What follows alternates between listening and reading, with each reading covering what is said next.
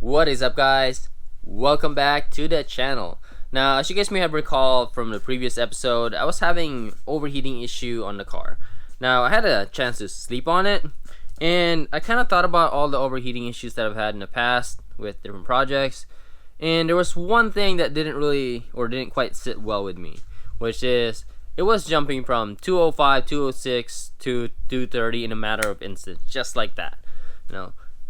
And to me, there's something else going on with the system because of it. So here's what my current theory is. I know I still need ducting from the bottom of the car, so I still need to force all that air from the bottom to the top and then come back down. So I would still plan to do that. But what I'm kind of thinking still is I might still have some air left over in the engine bay. So it must be going, like, circulating, right? Until it gets to a point where you hit the air pocket, bumps up the temperature, and then you passes that, and then bumps the temperature, and so forth. So if I have air pockets and I can't seem to evacuate that air pockets when I actually have a steam port, I need to do two things. One, I need to actually jack up the car so the back end will be super high, and then see if I can bleed it that way. And then the second part, I was hoping I didn't have to do this, but this is a steam port from the LS. Now it goes through here, and it goes at the bottom of that the return. And it's about this high right here, like literally up at this point right here. So when there's fluid coming out, or when there's fluid that's full, maybe that thing is actually just under the water that it can't quite evacuate, or it has to work against the water to force all the air out. So what I'm thinking of doing is trimming this part right here, and then just tapping straight into it and putting one of those barb fitting, and then route everything to the top. So now I know the steam will have a way to evacuate from the engine bay without having to fight through with the water. I'm gonna go ahead and start with that. Hopefully I can make this without making too much of a mess. I didn't want to take out the radiator. I didn't want to empty it out as well. So what I'm kind of thinking, now I do have, let me see here, I think it's this one. Yeah, I just bought this because I keep needing to tap something that has or that's for the the barb fittings. It's basically for this specific size right here. So a lot of barb fittings are the same size, and it's 1/8 NPT tap.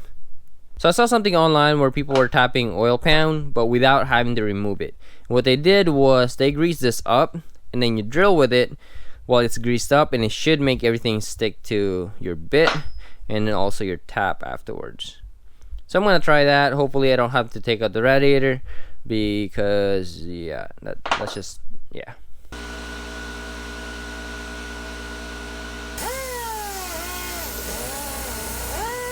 Alright, so I guess you get your grease, and then you just lather this bit. I'm just gonna put a bunch of it in there.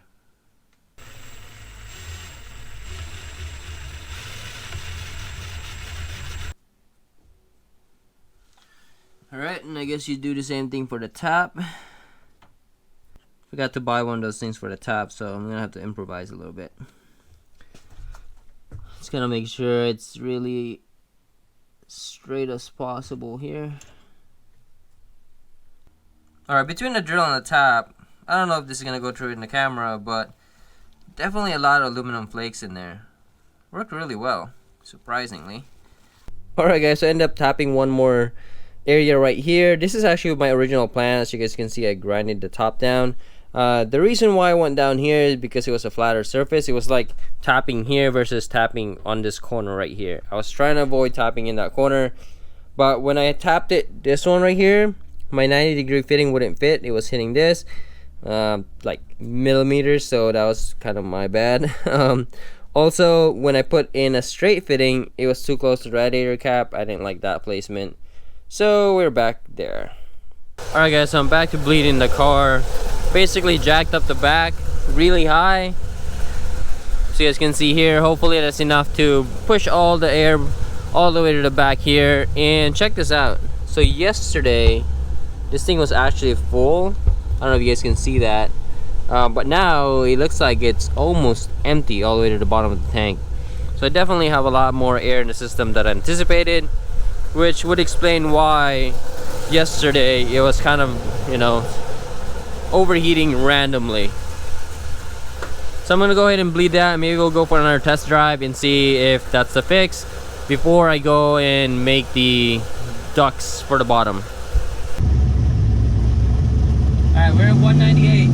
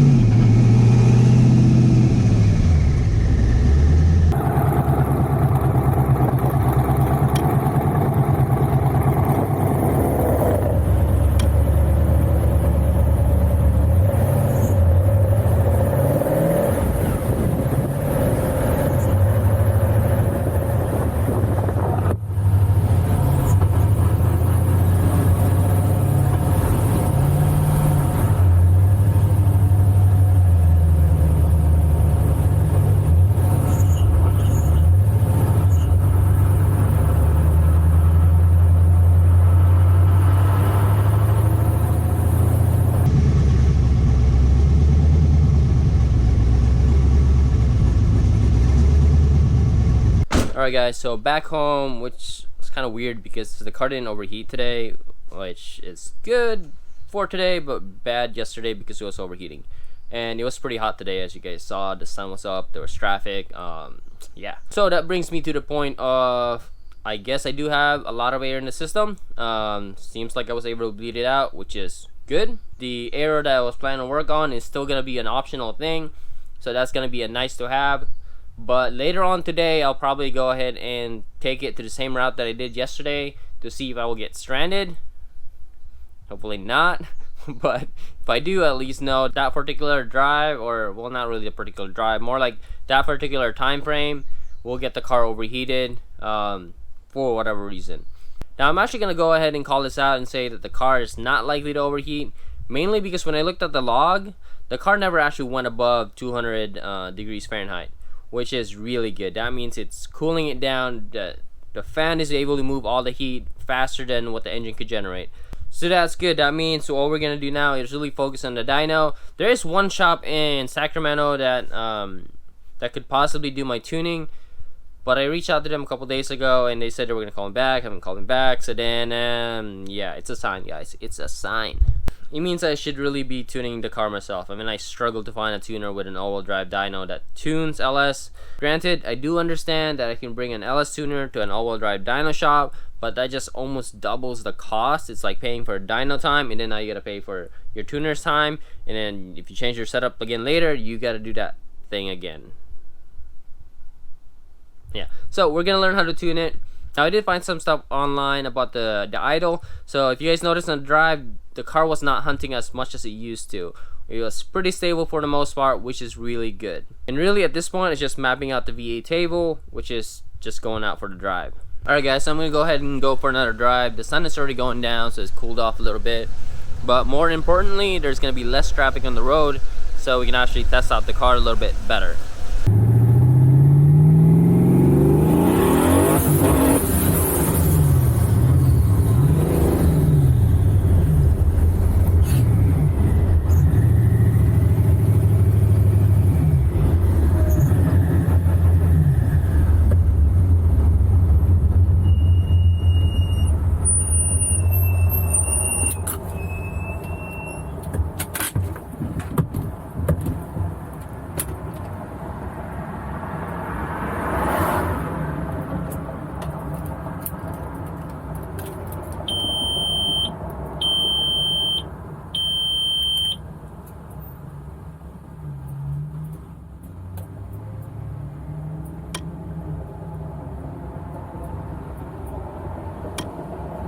Not really sure what happened there. Alright, so at first I was worried that it was an engine or something related to the engine because it just kind of died. But apparently, when I launched it, somehow this thing got kicked. Relay came off, lost power to the PCM, so then, yeah, that makes sense why it just stopped. Yeah. Definitely clean this up, Whew.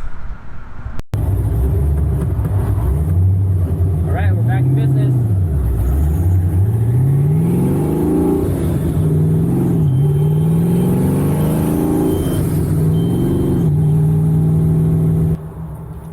Alright, it looks like I'm gonna need to drop or add quite a bit of fuel.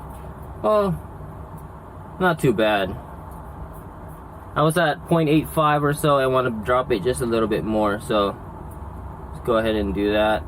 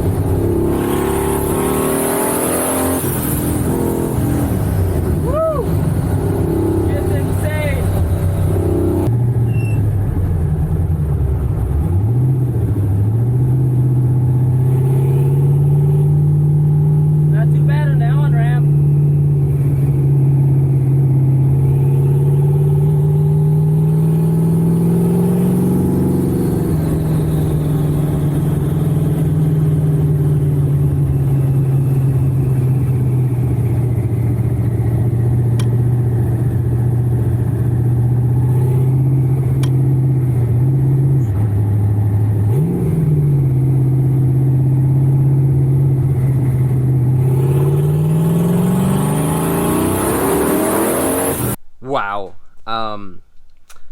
Not even sure what to say right now. That was pretty impressive. I was really surprised how well this thing pulled at high speed. It's like it never wanted to stop. It just wanted to keep going. I'm also pretty surprised with my not so good tune can do, considering how little time I've spent so far in this thing. It's pretty impressive. I mean, there's some stuff that I need to clean up for sure. Now I did check for knocks. Pretty impressed that I didn't see any knock here. I mean, there's like a little blip right here. So this little thing is 0.6 knock at like 1000 RPM. That's probably false knock. Also, on the whole run, check out the water temperature. I think, yeah, that was it. The one time that it went to like 201, 200, and that's the highest that it went. So I think that our problem there is solved. Now I'm kind of undecided whether or not I want to do the aero for the rear radiator. I mean, if it's working now, why bother doing the extra work? Not sure. But maybe, I mean, maybe I could route at least just the back end, maybe not the front end, because the front end one's the one that's complicated. The back end, I do want to funnel out a little bit, so it just goes straight back instead of going straight down. That way, if I'm on a standstill, it's not going like this, right? I don't know. We'll see. Alright, so I think this is a pretty good ending for the video. So, thank you guys for watching, and I'll see you guys next time.